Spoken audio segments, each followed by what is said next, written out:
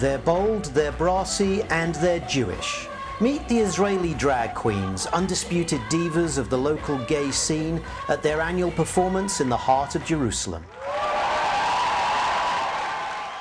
Gil Navet, a drama student who performs under the stage name Galina Porte de Bras, says the gay scene in Jerusalem is like no other.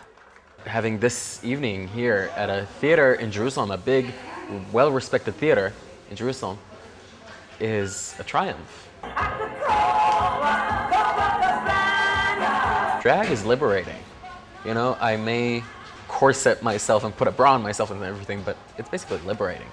And I think that's a message that comes across. I mean, you see people walking around the streets of Jerusalem and humming songs that we keep on doing at clubs or at our shows. One of the audience enjoying the show is Doron, chairman of the gay student group at the Hebrew University. I think it was great. I liked it a lot. I think we have a certain uniqueness here in Jerusalem. The community is warmer, it's like more like a big family. The gay scene in Jerusalem is much more intimate. You can say that most of the gay scene is, well, closeted.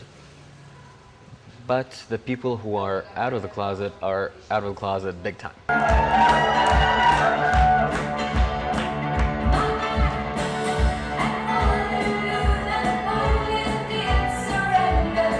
Tonight it's all for fun, but this show is taking place only 100 yards from the route of a recent Pride march, which attracted threats, rioting and real bombs. Jaffa Street, with a homemade explosive device, is being questioned and investigated by police at the moment. Being gay in Jerusalem is probably more complicated than most other cities. Noah Satat is director of the Open House, the Jerusalem Center for the GLBT community. Jerusalem is the most religious city in the world that has a gay center in it. 2/3 of the population in the city are religious, either Jewish or Palestinian. So you have to create a space that is very, very religious friendly and not alienating to our religious community members. That's one part of the challenge, and the other part of the challenge is the leaders of the ultra-Orthodox community who are working very determinedly against the work that we're trying to do here in Jerusalem. People who are community members in Mea Shearim, which is less than a mile from here, our community members in East Jerusalem, also less than a mile from here, are harassed all year long. Gay issues have been a taboo in the ultra-Orthodox community for decades now. And the hundreds and hundreds of teenagers that live a mile from here will have guessed that there are the only people like that in the world, which is a horrible stage of isolation and loneliness and fear and depression sometimes. And now these teenagers know that the perverts of Jerusalem are going on an abomination parade to destroy the holiness of the city. But they also recognize that they're not the only ones in the world. And that means that there are gradually more and more of them that are making their way here, finding community and creating a difference for themselves. Nir Harpaz, a youth counsellor at the Open House, says that many of the young people he deals with are also religious. Because some kids come from religious families, and they're not secular at all. They wear yarmulke, and it's pretty hard because their parents, they find it pretty hard that they want to, have a girlfriend at this age or just have, fun, go to a party. So coming out to them and tell them they're attracted to the same sex, it's way more than they ever thought. So it is pretty hard.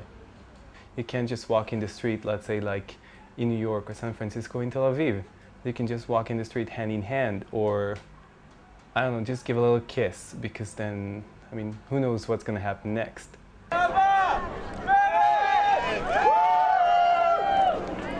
Sar Natanel is the only openly gay member of Jerusalem's city council.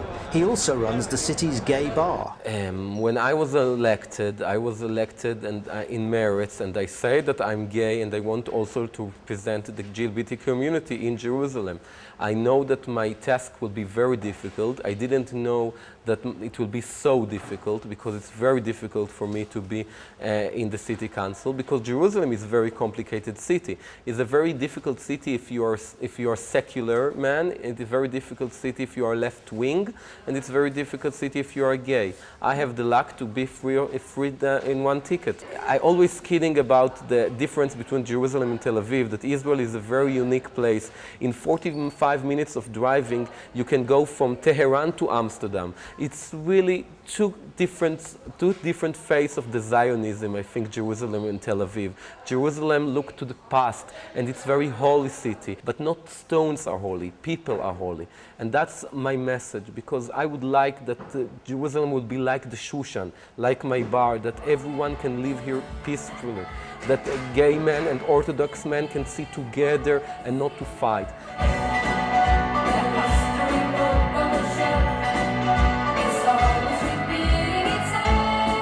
In the long history of Jerusalem, there have been many different and varied cultures. The gay community is trying to carve its own niche in the ancient stones. This is Matthew Kalman for JTN, Jerusalem.